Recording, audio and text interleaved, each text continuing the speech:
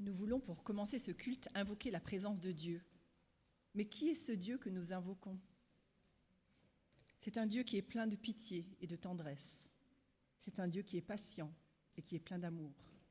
Oui, car le Seigneur est bon pour tous. Le Seigneur est fidèle dans toutes ses actions. Il montre son amour dans tout ce qu'il fait. Le Seigneur est proche. Il est proche de tous ceux qui font appel à lui. Le Seigneur est grand et puissant.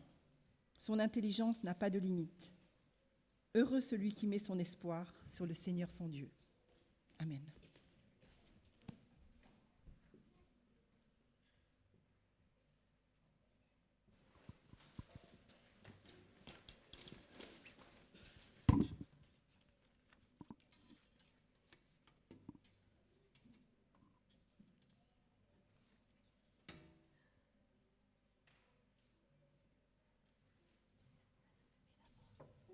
Je vous invite à vous lever.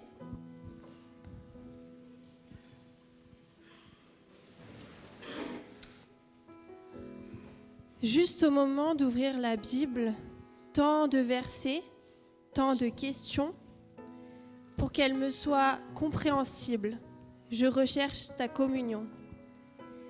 Seigneur, mon Dieu, je te demande, avec instance, sincèrement, de recevoir comme une offrande cette prière, tout simplement. Que l'Esprit Saint ôte la buée sur les carreaux de mes pensées. Que ta lumière puisse entrer dans ma vie, dans notre vie, pour la réchauffer. Que ta lumière puisse entrer dans notre vie pour la transformer. Souffle, souffle de Dieu, nous t'accueillons.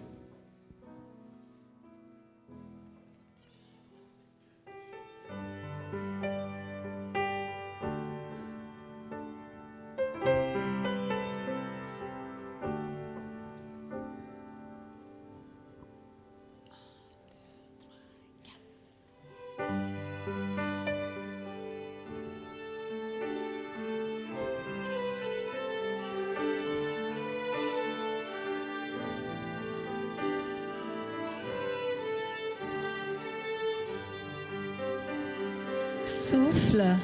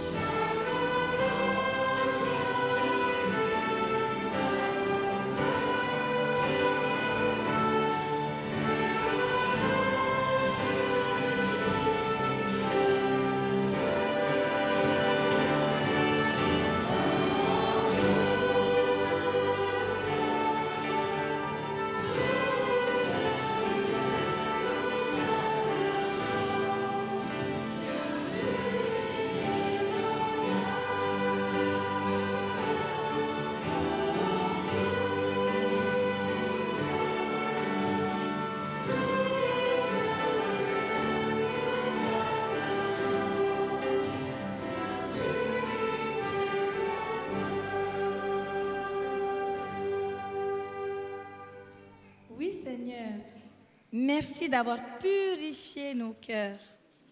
Nous voici debout comme une armée, ton armée, prêt à t'adorer, prêt à te servir. Car ton amour nous anime, ton amour nous presse. Nous réclamons ta présence. Viens et demeure à côté de chacun de nous. Viens et parle-nous. Saxo.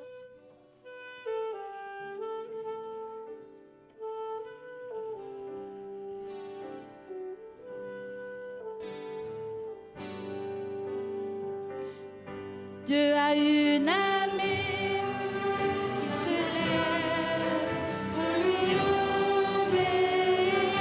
Dieu a une armée qui se lève pour Peuple de Dieu, lève tes mains pour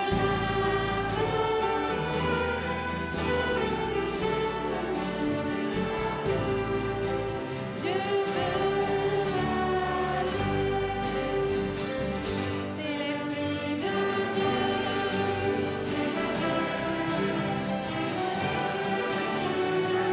C'est l'Esprit de Dieu. Peuple de Dieu, lève tes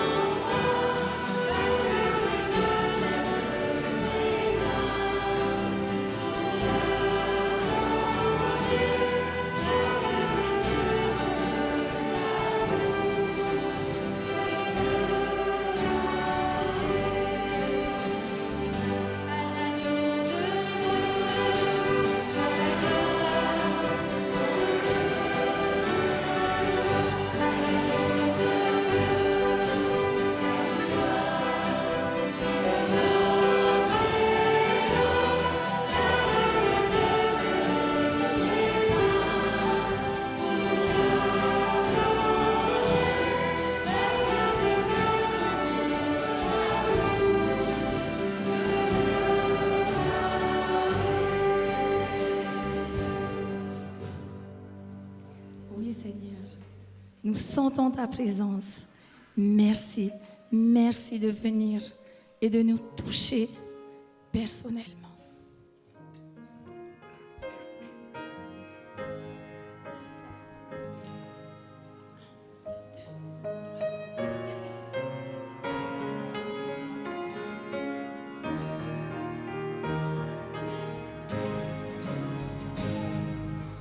Nous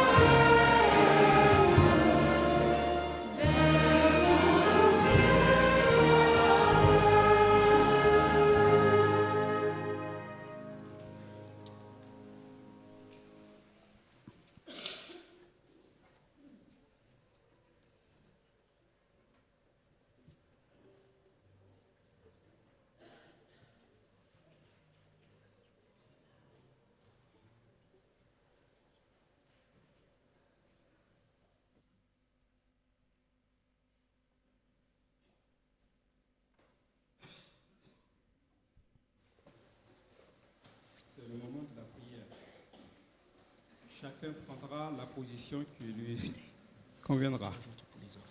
Moi, je me mets à genoux.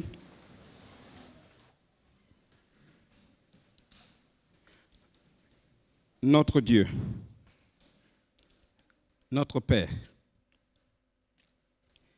compatissant, bienveillant, grand, fort, puissant. Nous sommes là ce matin comme un corps uni et nous adressons à toi avec confiance, avec assurance, parce que nous savons que tu nous aimes. Et c'est parce que tu nous aimes que nous sommes heureux, nous sommes contents. Nous savons que tu as une profonde attention envers nous. Tu es sensible à nos besoins. Et parce que tu es comme ça, nous pouvons maintenant ouvrir nos cœurs pour te dire combien nous sommes affligés par nos propres fautes, par nos péchés. Nous en sommes d'abord les premières victimes de nos propres fautes, de nos offenses. Seigneur, nos manquements, nos faiblesses nous causent du tort. Et nous savons que ça, tu le comprends, que tu veux nous aider. Et nous te demandons donc pardon chaque fois que nous n'avons pas été à la hauteur, chaque fois que nous avons été la cause des souffrances de quelqu'un, chaque fois que nous avons fait ce qui n'est pas bon à tes yeux. Et nous savons qu'à ce niveau, nous ne sommes pas des êtres parfaits. Mais nous savons que tu nous pardonnes. Là maintenant, pardonne-nous nos erreurs, nos manquements, en tant qu'Église, en tant que corps. Seigneur, là ici, peut-être y a-t-il des gens entre nous qui ne sont pas bien, qui souffrent, qui ont mal. Nous ne les connaissons pas peut-être. Toi, tu les vois. Oui, Seigneur, quand ces choses arrivent, quand les gens ne sont pas bien, nous ne sommes pas doués toujours pour les accompagner, pour dire les mots qu'il faut. Rends-nous compétents à ce niveau. En tant que corps, nous prions maintenant, Seigneur, pour que dans notre Église, il y ait la paix, il y ait l'unité, que nous puissions nous entendre. Nous prions pour les projets de l'Église. Nous prions pour le témoignage, l'évangélisation. Et nous pensons ce matin à Benjamin, qui va nous parler. Nous voulons être, à travers lui, être touchés. Nous voulons qu'à travers lui, nous soyons encore plus ancrés dans ta parole, ancrés dans ton amour. Mon Père, tu nous as entendus et nous voulons te dire merci parce que tu nous donnes cette occasion-là, mais parce que tu es toujours avec nous et que nous pouvons nous appuyer sur toi.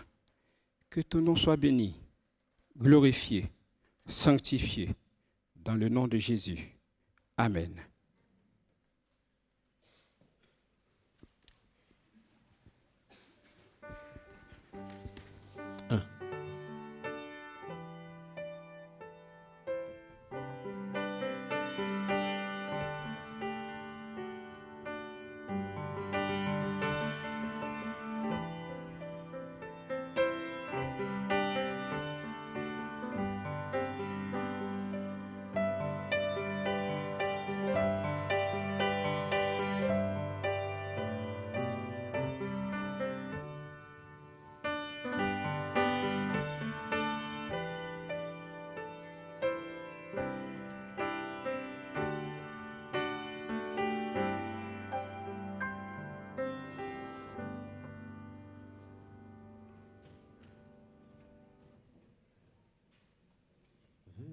Venez.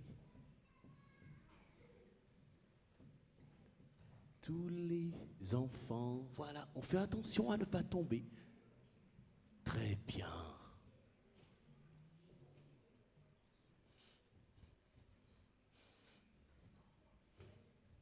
Bonjour les enfants.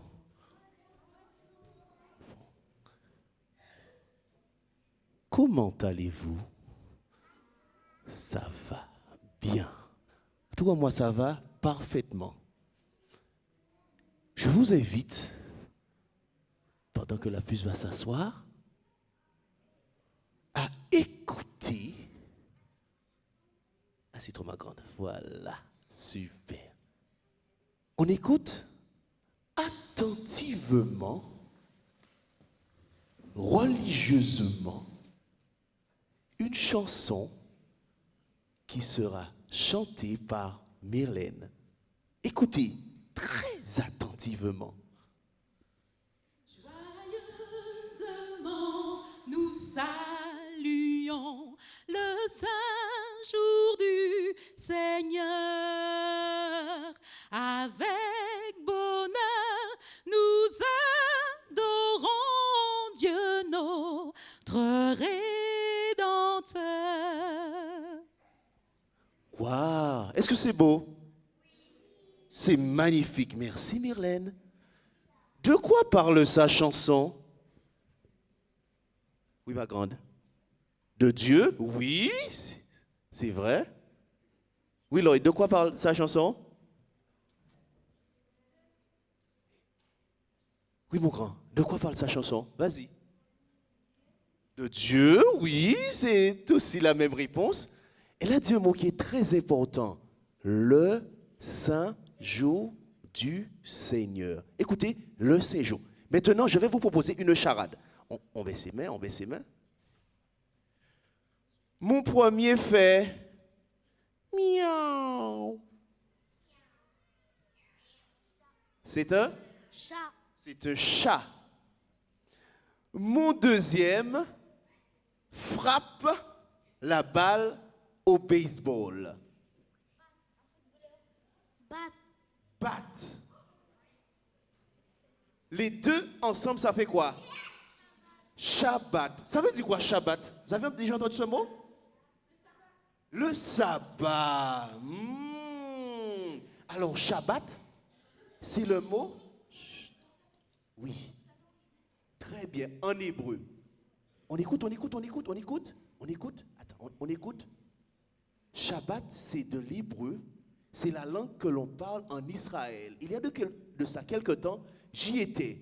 Alors, les enfants, c'est très important. Et aussi les grands. Nous allons revoir rapidement la création. Qu'est-ce que Dieu a fait? Qu'est-ce que vous pouvez me dire que Dieu a fait durant la création? Il a créé la terre. Bien. Qu'est-ce qu'il a fait encore? La lumière, très bien. L'eau, bien. Oui, papa et maman, Adam, Ève. Et le sabbat. Aïe, aïe, aïe. Maintenant, on écoute. La verdure. Bien, les herbes, les arbres, les plantes, les fleurs. Il a fait tout ça. Chut. Mais à la fin, il a fait le dessert. Mais juste avant le dessert, il a fait un gros gâteau. Et ce gâteau, c'est une maison. C'est là, c'est la terre avec tout ce que vous avez dit. Et quand il a fait tout ça, il a fait l'homme pour le mettre dans le jardin, dans cette maison. Mais je vous ai parlé d'un dessert. Pam! Qu'est-ce que c'est? Un gâteau. Alors, maintenant, personne ne parle, on écoute. Éloigne, on écoute. Voilà, on écoute. Dites-moi, qui aime les brocolis? Qui n'aime pas les brocolis? Qui aime la rhubarbe? C'est un fruit. Et qui n'aime pas la rhubarbe? Qui aime Les légumes. Et qui n'aime pas beaucoup les légumes? On va voir chez les plus grands. Qui n'aime pas beaucoup les légumes? Qui aime les légumes? Voilà, une grande majorité. Alors, les enfants et les grands, à la fin de la maison, la terre, Dieu va faire un beau cadeau et un beau gâteau. C'est le Shabbat. Et c'est pour cela que certaines personnes disent Shabbat, Shalom. On répète Shabbat, Shalom. Est-ce que les grands peuvent dire? Et les grands? Ça veut dire je te souhaite un excellent sabbat. Est-ce que les plus grands qui sont derrière peuvent écouter? Chut. Merci. Shabbat Shalom, ça veut dire je te souhaite de passer un merveilleux sabbat. Pourquoi j'ai parlé de gâteau? Parce qu'il y a certains qui n'aiment pas beaucoup les légumes. Il y en a qui n'aiment pas beaucoup la rhubarbe, le poireau, les carottes, le potiron. Mais qui aime les gâteaux? Ah, et vous savez, même quand on a le ventre rempli, les grands disent, on n'ira plus. Mais on prendra bien un petit morceau de gâteau. On prendra bien une sucrerie. Et bien le sabbat, c'est la même chose.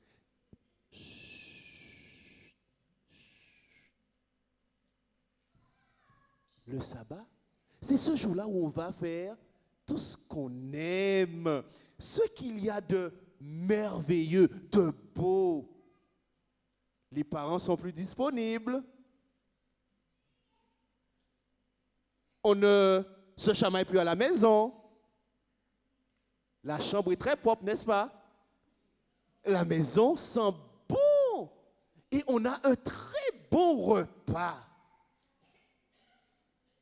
C'est le jour des câlins. Allez, on se fait des câlins. Allez. On se fait des câlins. Voilà. Et on peut se serrer la main. Les plus grands, vous pouvez faire des câlins aussi. Et on se serre la main. Voilà. Et on se dit Shabbat Shalom. On y va? Shabbat Shalom. Waouh! Qu'il est beau le gâteau. C'est le jour.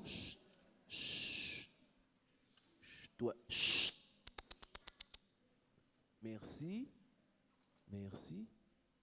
C'est ce jour-là où on peut parler aux parents. C'est ce jour-là où on va rencontrer les amis. C'est ce jour-là où on met ses beaux vêtements. Vous savez, j'ai même mis mes bretelles. On peut raconter sa semaine. On peut dire ce qu'on a fait qui n'a pas été très bien aussi.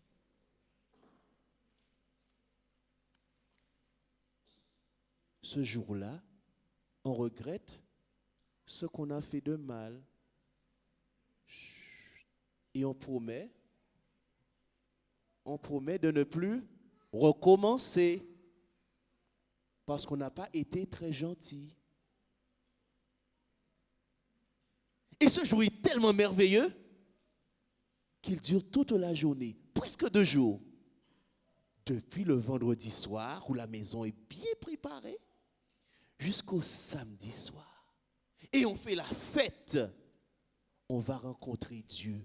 Et ça, c'est le plus important. On va rencontrer Dieu, on va rencontrer les amis. Merveilleux gâteau. Succulent. Et on va même manger gastronomique. C'est un repas préparé par un chef qui est Jésus. Et ce moment est tellement merveilleux.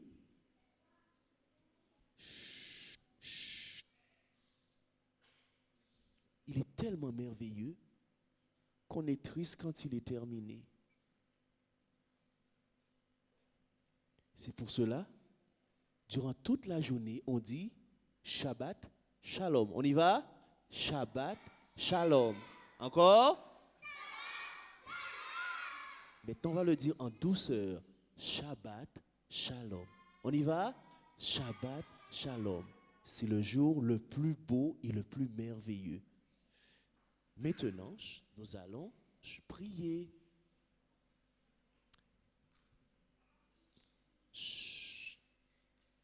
Nous allons prier. Notre Père et notre Dieu, merci car tu es merveilleux.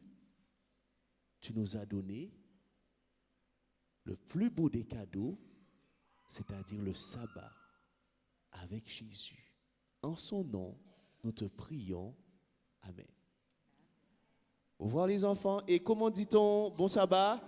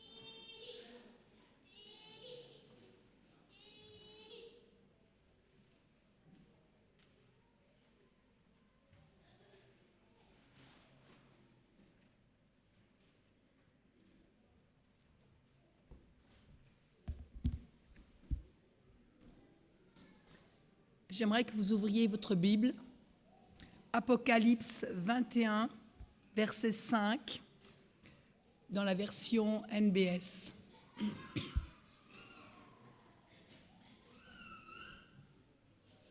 Celui qui était assis sur le trône dit : de tout je fais du nouveau.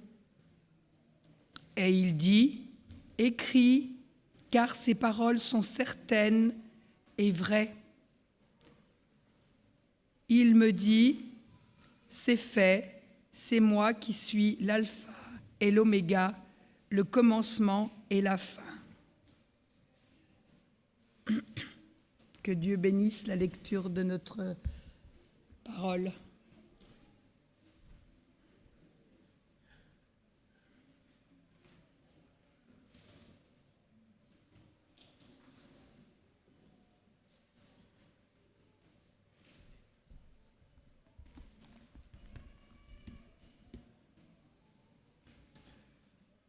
Bonjour à toutes et à tous. Bonjour Église de Collonges. Bonjour à ceux aussi qui nous regardent par Internet. Mon épouse ce matin, Audrey, ne pouvait pas être avec nous. Donc salut chérie, coucou. Alors, la plupart d'entre vous, je pense, vous me connaissez, Benjamin de l'Église de Collonges. Vous m'avez connu ici comme étudiant, vous m'avez connu comme responsable de l'école du sabbat, comme ancien, comme membre. D'ailleurs, nous sommes toujours membres. Pour ceux qui, à l'entrée, me saluent comme un étranger, merci. Pour me rappeler que ça fait longtemps que nous ne sommes pas venus. Mais aujourd'hui, si je viens devant vous, c'est en tant que responsable du département des publications de l'Union franco-belge et directeur des éditions Vie et Santé. Alors, les éditions Vie et Santé, je pense que vous voyez à peu près de quoi il s'agit. Si vous ne savez pas, prenez votre smartphone, vous allez sur Google, vous mettez Édition Vie et Santé, et vous verrez que c'est notre maison d'édition, c'est votre maison d'édition, l'entreprise qui publie les livres, les cantiques que vous utilisez. Par contre, département des publications, qu'est-ce que c'est que ce truc ? Alors, le département des publications, c'est un département tout neuf que l'Union vient de créer, taillé spécialement pour moi, qui s'intéresse à savoir comment est-ce que les publications peuvent être utilisées dans le cadre de la croissance de l'Église, croissance personnelle du membre, mais aussi pour l'évangélisation. Et si vous voulez en savoir plus, il faudra venir cet après-midi à 15h pour ma conférence. Ça, c'était la page de pub. Département des publications. Alors j'entends déjà les moins de 30 ans me dire « mais vraiment, les publications, les bouquins, les livres, est-ce que c'est vraiment ça le support avec lequel on va pouvoir parler de Dieu, annoncer l'Évangile? Et c'est vrai que j'aurais envie de dire oui, c'est vrai. À l'heure de Snap, Insta, YouTube, Netflix, est-ce que vraiment c'est un bouquin qui est le plus utile pour annoncer l'Évangile? Mais vous savez, en même temps, j'ai envie de dire que cette remarque, cet argument que l'on pourrait dire qu'aujourd'hui les livres ont moins de place, ont moins de sens pour annoncer l'Évangile, c'est une remarque que l'on aurait pu faire à l'époque où on a commencé à écrire la Bible. Alors, la Bible, en gros, traditionnellement, on dit que c'est Moïse le premier à avoir commencé à écrire la Bible. Moïse, on est plus ou moins autour de 1500 avant Jésus-Christ. Et en fait, à cette époque-là, l'écriture, c'était pas mal vu, mais franchement, l'écriture, c'était fait pour compter les patates. L'écriture, c'était un truc administratif. Si on voulait transmettre quelque chose de sérieux, on utilisait la parole. C'est ce qu'on appelait la tradition orale. Quand on parlait de Dieu, on utilisait la parole, surtout pas l'écriture. Il y a même certains philosophes qui, dans l'Antiquité, ont été jusqu'à dire que la parole est une trahison de la pensée et l'écriture est une trahison de la parole. Donc, l'écriture est d'une double trahison de la pensée. Il est impossible de pouvoir retransmettre quelque chose correctement à travers l'écriture. D'ailleurs, parler, entendre, tout le monde sait le faire à peu près. Mais écrire et lire, ça demande des compétences supplémentaires. Et vous avez peut-être déjà remarqué, mais Jésus, dans l'évangile de Jean, on l'appelle comment? On dit qu'il est la parole, pas l'écriture.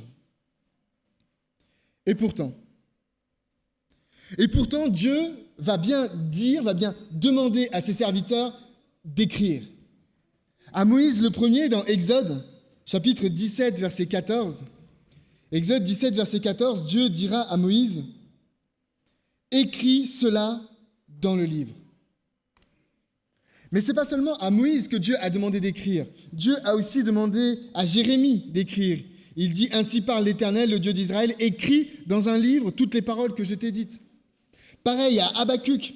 Habakkuk, il lui dira, « Écris la prophétie, grave-la sur des tables afin qu'on la lise couramment. » Ou encore à Jean, dans l'Apocalypse, Apocalypse 1, verset 11, « Ce que tu vois, écris-le dans un livre et envoie-le aux 7 églises. » On a aussi Luc à qui on n'a rien demandé. Dans l'introduction de son évangile, Luc 1, verset 3 nous dit « Il m'a aussi semblé bon, après avoir fait des recherches exactes sur toutes ces choses depuis leur origine, de te les exposer par écrit. » Écrire dans la Bible est un acte important, certes en contre-culture par rapport à son époque, puisque la tradition orale était beaucoup plus forte. Alors pourquoi? Pourquoi est-ce que Dieu a voulu que ses serviteurs écrivent alors que ce n'était pas la pratique courante à cette époque-là? Je vous propose de revenir un peu sur les textes que j'ai cités rapidement pour essayer de comprendre cela. Le premier texte, c'est Exode 17, verset 14, que j'ai lu au tout début. C'est la première fois que Dieu va donner cet ordre d'écrire. Il va dire à Moïse, « Écris cela dans le livre pour que le souvenir s'en conserve. » Alors le contexte de ce passage-là, vous connaissez l'histoire. Le peuple d'Israël vient de sortir d'Égypte et il y a un roi, un peuple qui va attaquer le peuple d'Égypte, ce roi qui s'appelle Amalek.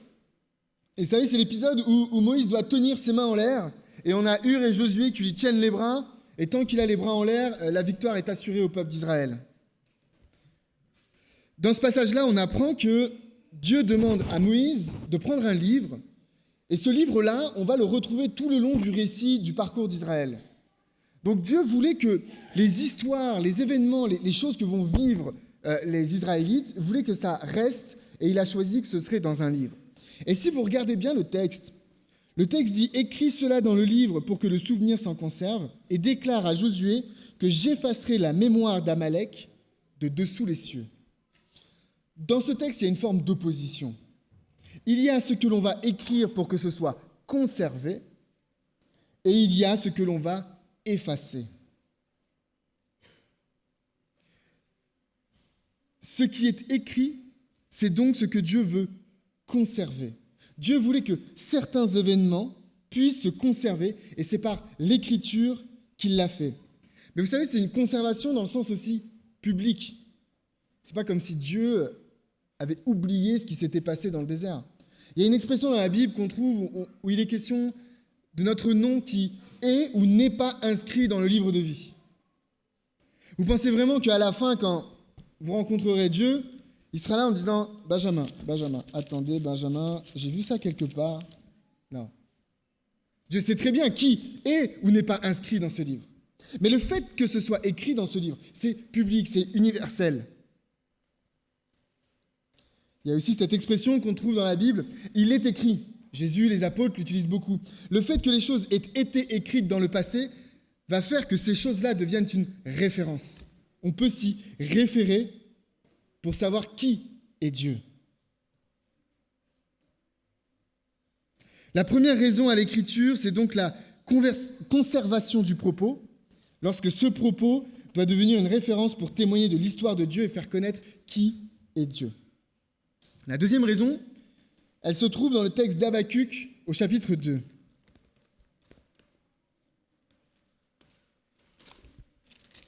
Habakkuk chapitre 2, verset 2.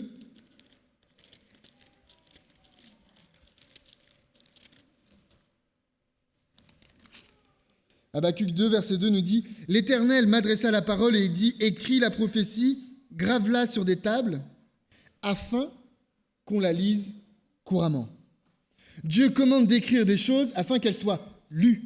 L'écriture rend accessible le propos de Dieu, il rend accessible Dieu lui-même. On ne va plus dépendre d'une personne, de sa présence, de sa santé mentale, pour pouvoir avoir accès à l'enseignement, comme c'était le cas pour la tradition orale. Mais cette fois-ci, on a accès à un objet, un livre, qu'on va pouvoir répliquer. Vous connaissez l'expression qui dit « Nul n'est censé ignorer la loi ». Il faut savoir que c'est une expression qui est issue du droit romain et qui en fait fait référence à un mur dans la cité, dans la ville, à un mur sur lequel il fallait que le législateur écrive la loi. Comme ça, les Romains, les citoyens, pouvaient aller consulter la loi. Nul n'est censé ignorer la loi, ce n'est pas tellement un message auprès des gens pour qu'ils connaissent par cœur la loi. C'est plutôt un message auprès du législateur pour lui dire « il faut rendre accessible cette loi ». Et c'est ce que Dieu a fait avec l'écriture. Il a rendu accessible sa parole. Accessible et même transmissible. Il y a une histoire dans l'Ancien Testament où on nous parle de Jérémie. Jérémie reçoit une prophétie, un message. Il est un peu planqué dans une grotte, il a un petit peu peur pour sa vie. Et du coup, il va appeler son serviteur et il va énoncer la prophétie à son serviteur. Son serviteur va l'écrire. Et à ce moment-là, il va pouvoir aller voir les rois à qui était destinée cette prophétie. Et il va pouvoir retransmettre fidèlement la prophétie de Jérémie à ces personnes. C'est aussi ce que Dieu va demander à Jean.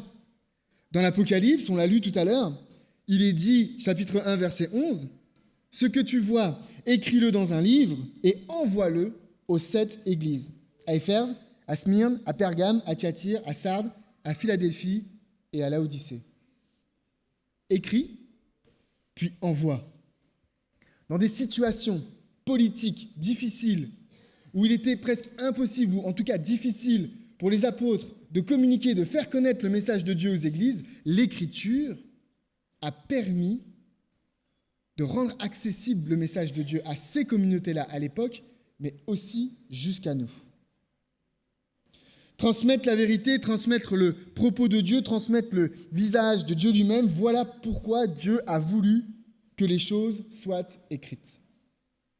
Troisième raison, toujours dans Habakkuk chapitre 2, mais cette fois-ci, le verset 3.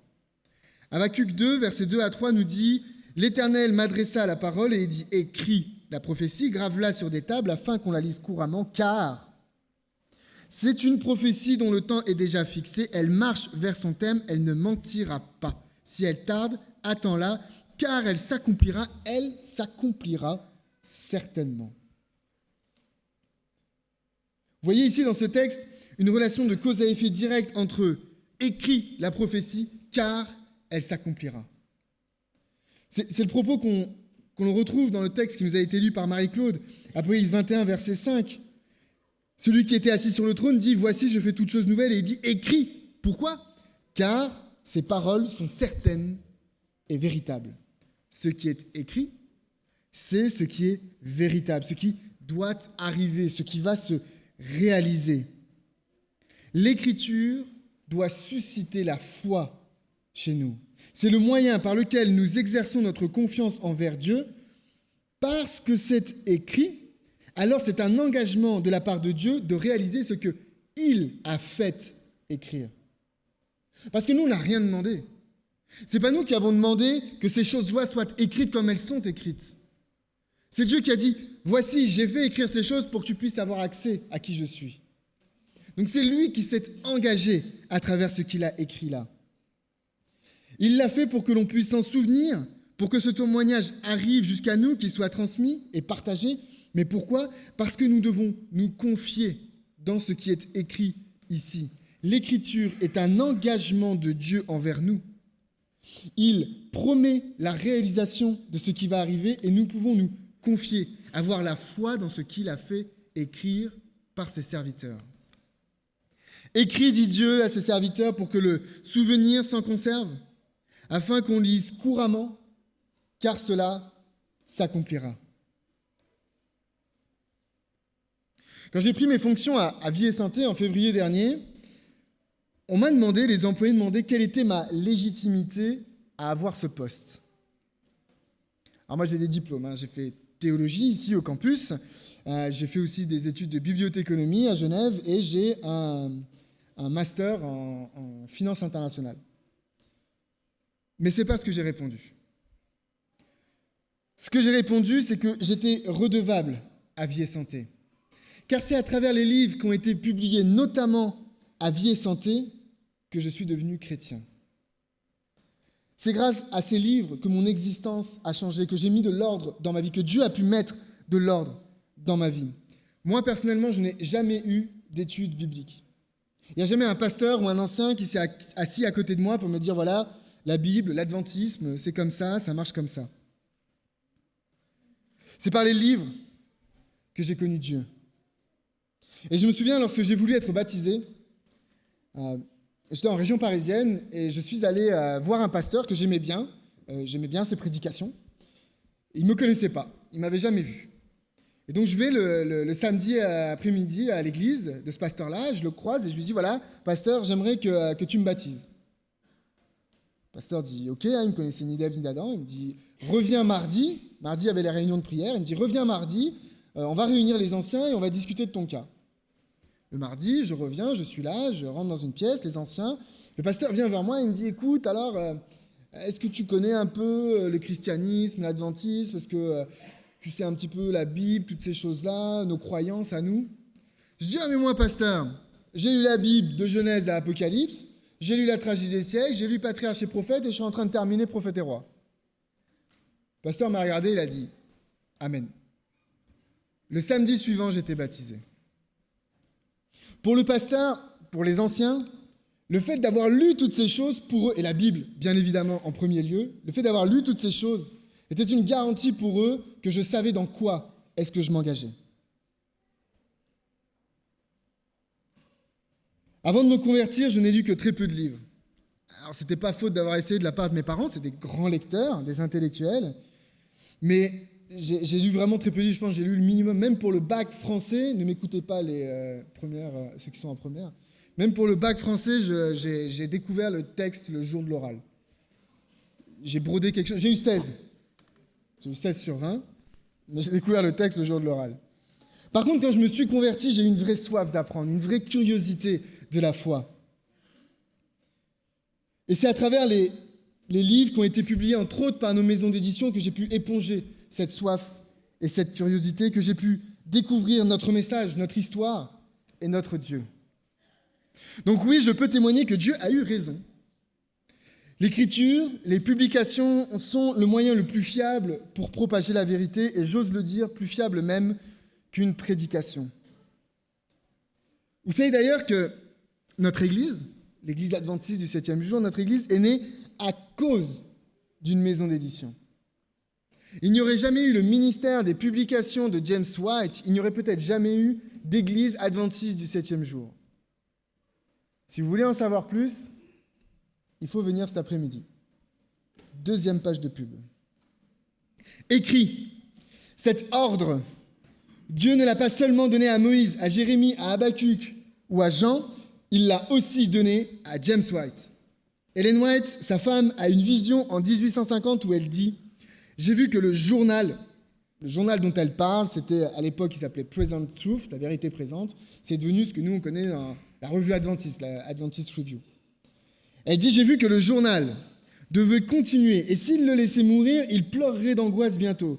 J'ai vu que Dieu ne voulait pas que James s'arrête encore, mais il doit écrire, écrire, écrire, écrire. » C'est pas moi qui répète, c'est elle qui a écrit ça. Écrire, écrire, écrire, écrire qu'à toi, et accélérer le message et le laisser aller. Écoutez bien ce qu'elle dit. J'ai vu qu'il irait là où les serviteurs de Dieu ne peuvent pas aller.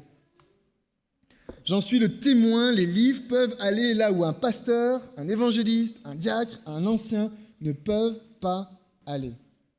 Moi, j'appelle ces livres des prédicateurs silencieux. On l'offre à quelqu'un, il est sur une table de chevet, sur une armoire, un salon, quelque chose comme ça, il traîne pendant des mois, des années peut-être, mais un jour, la personne le prend, le lit, et sa vie est transformée. Dites-moi, combien de personnes vous connaissez qui ne s'intéressent pas à Dieu, ne veulent pas entendre parler de Dieu, rentrent dans une salle de gospel, de concert classique, et sortent de là et disent « Je veux me faire baptiser, je veux devenir chrétien ».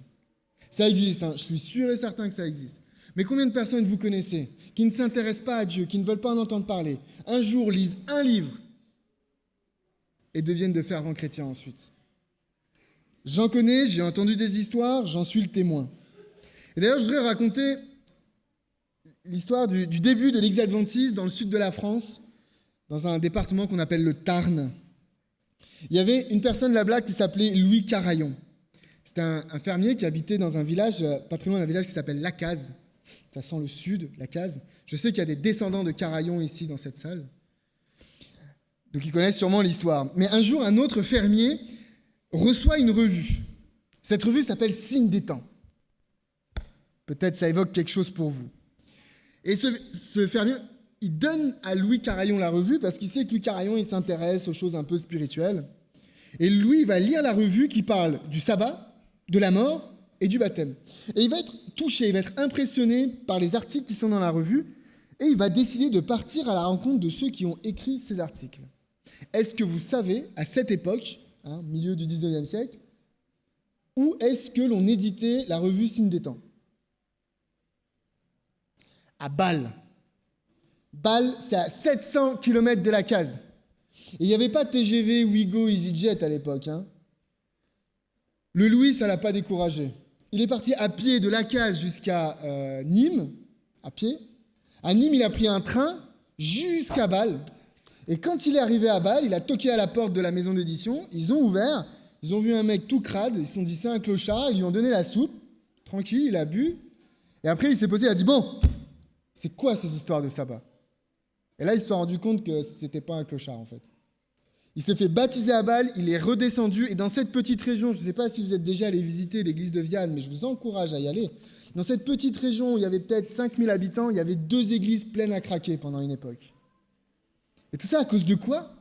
D'une revue et d'un timbre. Vous savez, aujourd'hui encore, on ne sait toujours pas comment cette revue est arrivée dans le timbre.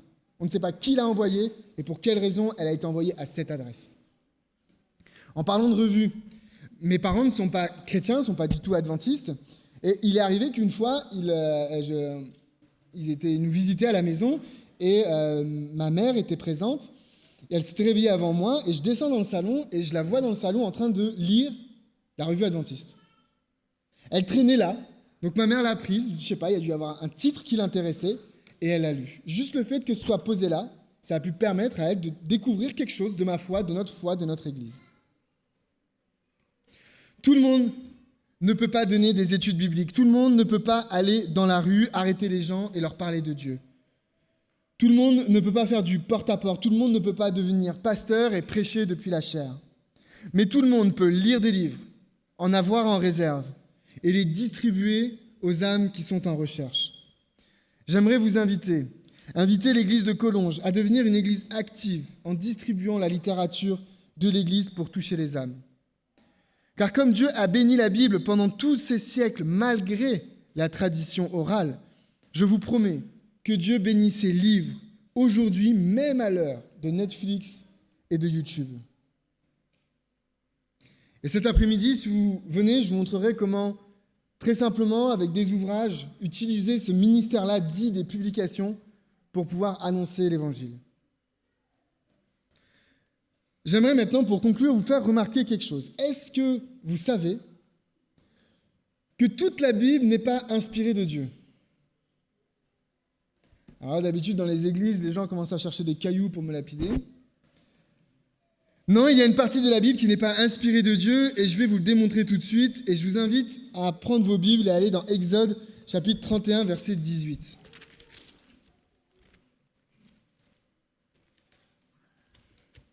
Exode 31, verset 18, Dieu dit, la Bible nous dit, « Lorsque l'Éternel eut achevé de parler à Moïse sur le mont Sinaï, il lui donna les 2 tables du témoignage, tables de pierre, écrites du doigt de Dieu. » Et oui, il y a une partie de la Bible qui n'a pas été inspirée par Dieu, elle a été écrite directement par lui. Et ce sont les 10 commandements. Vous voyez ici dans ce texte à quel point l'acte d'écriture était important pour Dieu. Il a lui-même écrit. C'est dire si lui-même croyait en ce canal béni pour faire connaître son nom. Ce qui est écrit, les publications, la littérature, c'est un canal béni de Dieu pour annoncer son règne. Mais Dieu ne s'arrête pas là. Il n'est pas question d'avoir écrit il y a plusieurs milliers d'années et d'attendre que l'on répète mécaniquement, par cœur et machinalement ces paroles. Dieu veut continuer d'écrire. Regardez avec moi ce texte. Exode 31, verset 18. Est-ce que vous avez remarqué par quel moyen technique est-ce que Dieu a écrit ? Il a écrit avec son doigt. Et ça, c'est répété dans Deutéronome chapitre 9, verset 10. On nous dit que voilà, il a écrit la loi, les 2 tables de pierre, avec son doigt. Alors maintenant, il va falloir me suivre. Vous pouviez dormir jusqu'à maintenant, pas de souci. Maintenant, il faut se réveiller, il faut suivre. On va prendre quelques passages pour découvrir c'est quoi ce doigt de Dieu. Prenez avec moi Luc chapitre 11, verset 20.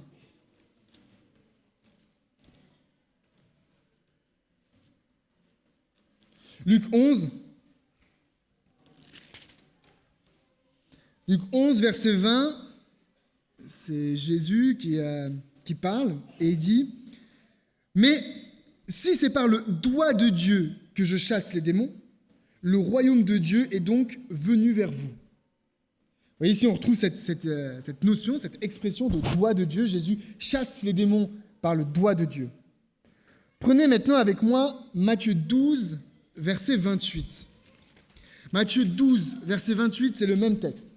Même contexte, même propos, même idée, même mot. Matthieu 12, verset 28, il y a juste une petite différence. Matthieu 12, verset 28 dit « Mais si c'est par l'Esprit de Dieu que je chasse les démons, le royaume de Dieu est donc venu vers vous. » Dans Luc, c'est le doigt de Dieu, mais dans Matthieu, c'est l'Esprit de Dieu. Ça vous paraît peut-être anodin, vous dites Benjamin, il part en cacahuète, il a des idées bizarres. Mais en fait, ça ne l'est pas. Prenez maintenant Jérémie 31, verset 31. Vous connaissez Jérémie 31. Jérémie 31 à 33, ça parle de quelque chose d'hyper important. Ça parle de la nouvelle alliance. C'est le passage où Dieu s'engage à faire cette nouvelle alliance. Jérémie 31, verset 31 dit « Voici les jours viennent, dit l'Éternel, où je ferai avec la maison d'Israël et la maison de Juda une alliance nouvelle. Non comme l'alliance que j'ai traitée avec leur père, le jour où je les saisis par la main pour les faire sortir du pays d'Égypte, alliance qu'ils ont violée, quoique je sois leur maître, dit l'Éternel, mais, verset 33, voici l'alliance que je ferai avec la maison d'Israël après ces jours, dit l'Éternel, je mettrai ma loi au-dedans d'eux, je l'écrirai dans leur cœur. Je serai leur Dieu et ils seront mon peuple. Je l'écrirai dans leur cœur, nous dit Dieu. Son objectif, c'est d'écrire la loi dans notre cœur. Et s'il écrivait la loi dans notre cœur, de la même manière qu'il a écrit la loi sur les 2 tables du témoignage au Sinaï, avec son doigt. Eh bien, c'est exactement ce que nous dit la Bible. Dans 2 Corinthiens, chapitre 3, verset 3, Paul dit clairement cela. 2 Corinthiens, chapitre 3, verset 3.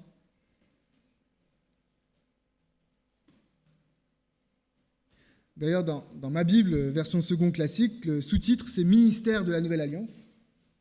2 Corinthiens, chapitre 3, verset 3. « Vous êtes manifestement une lettre de Christ », écoutez bien, « écrite par notre ministère, non avec de l'encre, mais avec l'Esprit du Dieu vivant, non sur des tables de pierre, mais sur des tables de chair, sur les cœurs. » Vous voyez ici clairement Paul qui fait une comparaison entre les tables de pierre et nos cœurs, et ce qui a été écrit sur les tables de pierre et ce qui devrait être écrit sur nos cœurs, c'est la loi.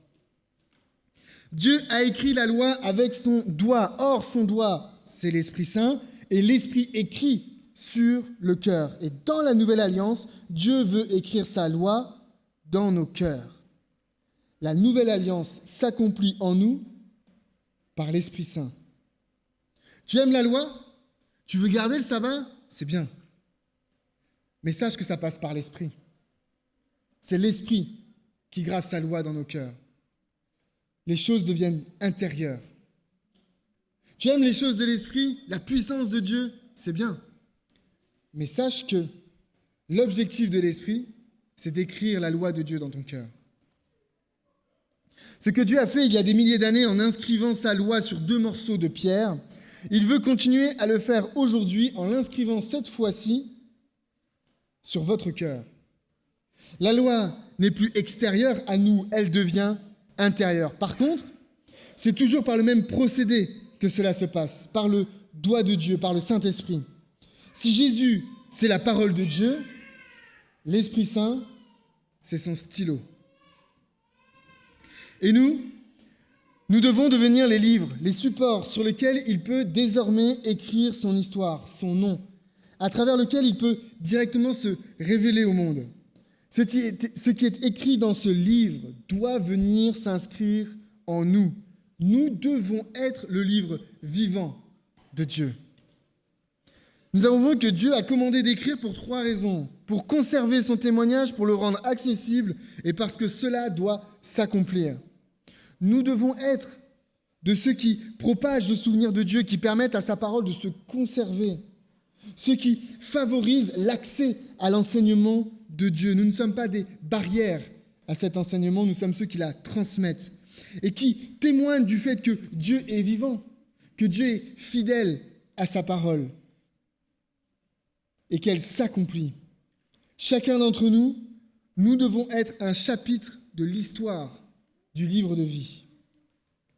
Il y a des milliers d'années, Dieu a donné l'ordre à ses serviteurs d'écrire. Aujourd'hui, Dieu, en 2020, nous dit « Laisse-toi écrire dessus ». Bon sabbat.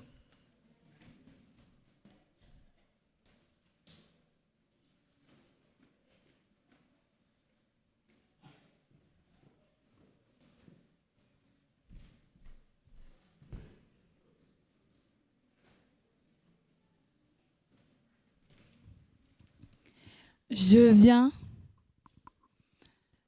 viens t'offrir, Seigneur, ce que j'ai de meilleur. Je viens t'offrir, Seigneur, toute ma vie. Même si je suis fragile, j'ai ma voix fragile, même si c'est difficile, je chanterai.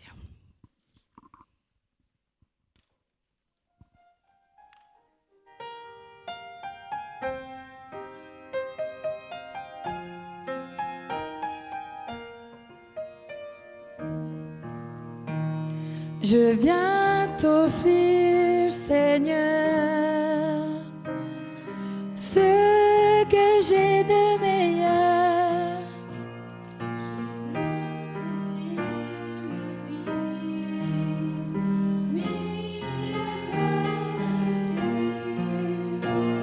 Même si je suis fragile,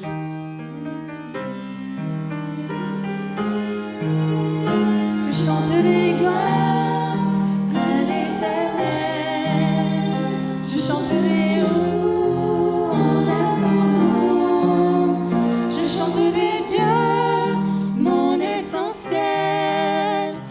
chanterai en l'honneur de son nom.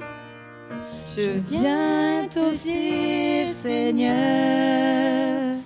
que tu es mon bonheur. Non, rien ne peut détruire notre bel avenir. Même si je suis fragile, même si c'est difficile, je chanterai gloire à l'Éternel. Je chanterai louange à son nom. Je chanterai Dieu, mon essentiel. Je chanterai en l'honneur de son nom. Toute ma vie, je redirai que tu as donné ta vie. Toute ma vie, je redirai que tu as payé le prix. Toute ma vie, je redirai que je ne vis que pour lui. Je chanterai gloire à l'Éternel. Je chanterai louange à son nom. Je chanterai Dieu, mon essentiel. Je chanterai en l'honneur de son nom. Je chanterai gloire à l'Éternel. Je chanterai louange à son nom. Je chanterai Dieu, mon essentiel. Je chanterai en l'honneur de son nom. Je viens t'offrir, Seigneur.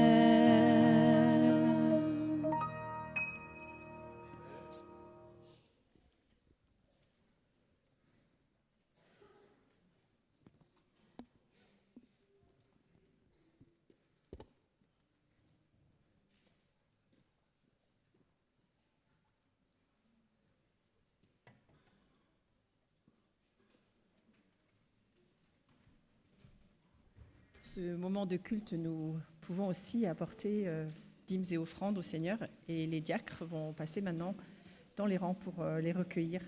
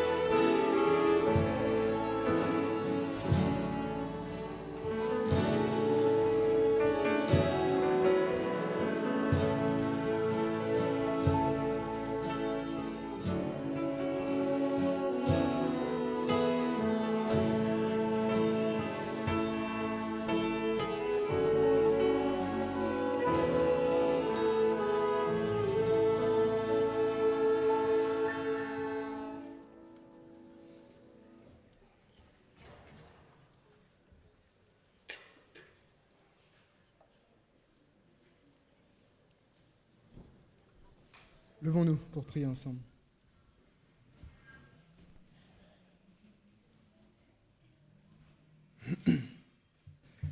Seigneur éternel, notre Dieu, notre Père, tu nous dis dans ta parole que tu veux écrire ta loi dans nos cœurs, que tu veux faire de nous, Seigneur, ces ouvrages de ton nom pour te faire connaître. Parfois, Seigneur, nous nous sentons comme des vieux bouquins déchirés, gribouillés, abîmés. Mais toi, Seigneur, tu veux faire de nous ton best-seller. Viens, Seigneur, s'il te plaît, nous restaurer. Viens, Seigneur, s'il te plaît, par ton Esprit Saint, nous guider, nous diriger. Que nous puissions sentir pleinement ta présence, que nous puissions vivre pleinement en communion avec toi parce que tu nous accueilles. Tu es ce grand écrivain, Seigneur, qui a écrit une belle histoire avec une fin heureuse pour nous, que nous puissions à notre tour raconter cette histoire à ceux qui nous entourent pour offrir de l'espérance à ce monde en souffrance. Merci Seigneur pour cela et je te prie pour toutes les personnes qui sont présentes ce matin dans cette église et qui nous suivent sur Internet, que tu bénisses chacun d'entre eux, chacun d'entre nous et que nous puissions vivre pleinement cette belle expérience, cette belle aventure avec toi. Au nom de Jésus-Christ, Amen.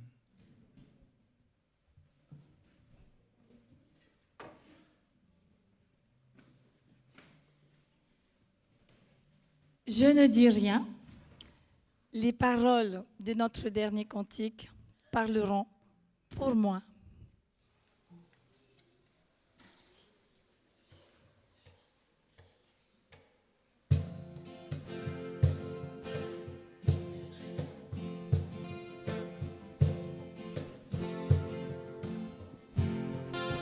On y va. Ta parole est une lampe devant mes pas, elle éclaire mon sentier. Ta parole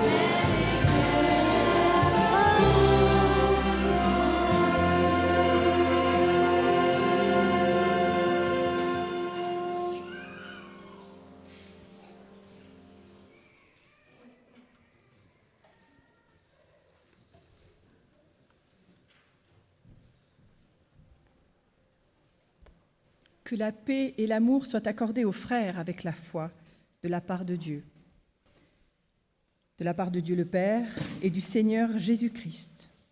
Et que la grâce soit avec tous ceux qui aiment notre Seigneur Jésus-Christ dans l'impérissable. Amen.